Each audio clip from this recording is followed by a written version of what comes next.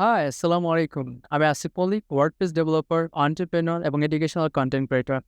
গত ১ বছরে যতগুলো আমি ওয়ার্ডপ্রেস ওয়েবসাইট করেছি এবং পোর্টফোলিও ওয়েবসাইট করেছি স্পেশালি, তার দ্বিগুণ ওয়েবসাইট আমি গত ৬ মাসে করেছি। অর্থাৎ গত ১ বছরের যে রেশিওতে আমার ওয়েবসাইট সংখ্যা, গত 6 মাসে তার ডাবল রেশিওতে আমি পোর্টফোলিও ওয়েবসাইট করেছি। ইট মিনস পোর্টফোলিও ওয়েবসাইটের সংখ্যা প্রচুর বাড়ছে। মানুষ এখন প্রচুর পরিমাণে তাদের পার্সোনাল ব্র্যান্ডিং এবং নিজস্ব পার্সোনাল একটা পোর্টফোলিও ওয়েবসাইট চাচ্ছেন।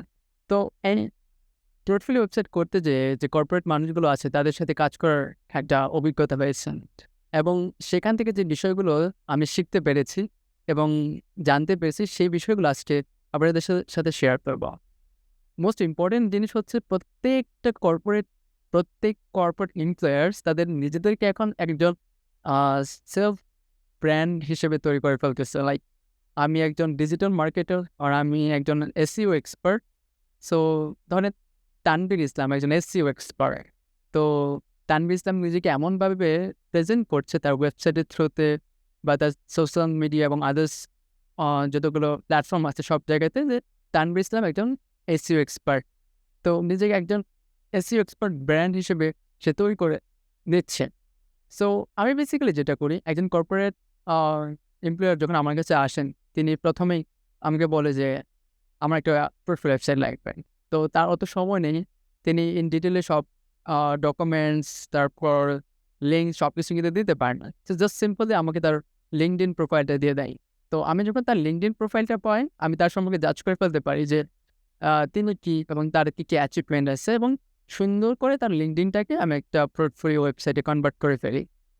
সো এর মাধ্যমে যে বিষয়গুলো আমি জানতে পেরেছি যে প্রত্যেকটা কর্পোরেট এমপ্লয়ার তারা তাদের নিজেদের স্কিল, অ্যাচিভমেন্ট সবকিছু এমনভাবে পোর্টফোলিও ওয়েবসাইটে সাজিয়ে দিচ্ছে যাতে করে একজন মানুষ সে ফর এক্সাম্পল আমার হচ্ছে একজন এসইও এক্সপার্ট লাগবে।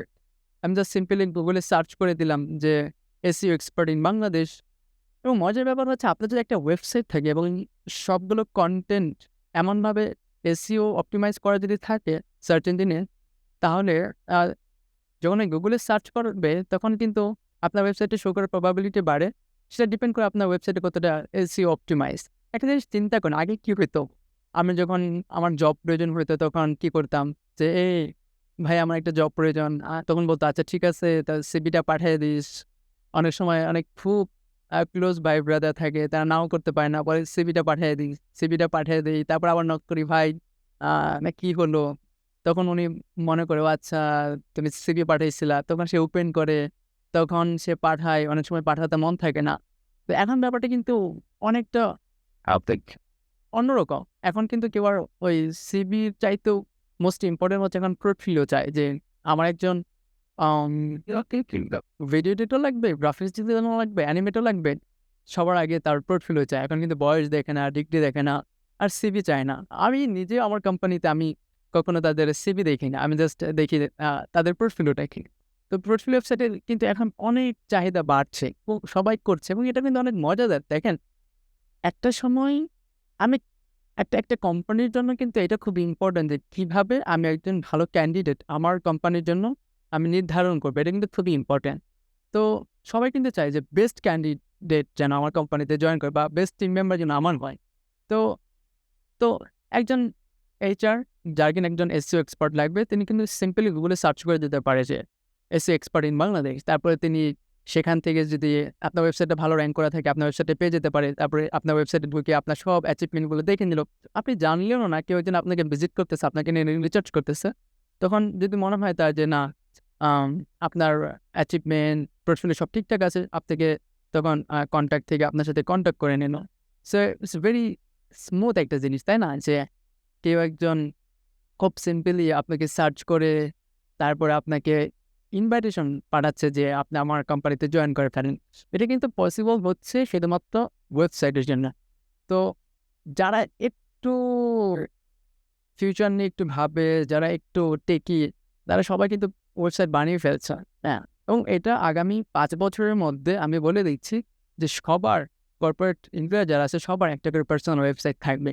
সবার নামের ডোমেইনটা রেজিস্টার করে রাখবে তারা। আ এবং সবাই চাইবে যে প্রত্যেকেই ক্যারিয়ার বলতে এটাই হবে যে তাদের সেলফ পার্সোনাল ডেভেলপ মানে ব্র্যান্ডিংটাই। যে আমি আসিফ মল্লিক একজন ওয়ার্ডপ্রেস ডেভেলপার। বাংলাদেশে যদি কারো ফ্রি ওয়েবসাইট লাগে আমাকে সার্চ করলে তারা গুগল থেকে আমাকে দেখে নেবে যে এই ছেলেটা ভালো ওয়ার্ডপ্রেস ডেভেলপ করতে পারে। তখন তারা খুব ইজিলি তাকে আমাকে তাদের সাথে কানেক্ট করে নিতে পারবে। ঠিক এরকমভাবে প্রত্যেকটা ক্যারিয়ারের ক্ষেত্রে প্রত্যেকটা স্কিলের ক্ষেত্রে সবার কিন্তু একটা পার্সোনাল ওয়েবসাইট আমার মনে হয় খুবই ইম্পর্টেন্ট এবং এটা সবাই যেহেতু করছে তো ফিউচার এমন হবে সবাই চায় যে একটু অ্যাডভান্স মানুষজন টেনে নিতে। এখন আপনি একটা কোম্পানিতে অ্যাপ্লাই করলেন, সিভি দিলেন, অন দি আদার হ্যান্ড আপনার ওয়েবসাইটের লিঙ্কটাও দিয়ে দিলেন।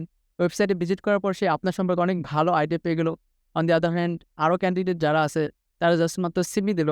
তো সিভি প্লাস পোর্টফোলিও ওয়েবসাইট আপনার যেহেতু দুইটাই যখন আপনার এইচআর থেকে দেখবে আপনার অন্য সবার সাথে কিন্তু ওই চাকরিটা পাওয়ার সম্ভাবনাটা বেশি থাকে। সো ইটস মোস্ট ইম্পর্টেন্ট যারা এখন পোর্টফোলিও ওয়েবসাইট করেন নাই বা ভাবছেন করবেন তাড়াতাড়ি করে ফেলেন। বিকজ এটা যত তাড়াতাড়ি করবেন গুগলের কাছে আপনার ডেটা তত আর্লি থাকবে এবং এটা যত পুরনো হবে আপনার ডেটাগুলো গুগল তত তাড়াতাড়ি আপনাকে র্যাঙ্ক করবে এবং আপনার জন্য অনেক স্মুথ। সো যারা এখনও আপনার ব্যক্তিগত নামের ডোমেন রেজিস্টার করে নেননি করে ফেলেন দ্রুততার সাথে।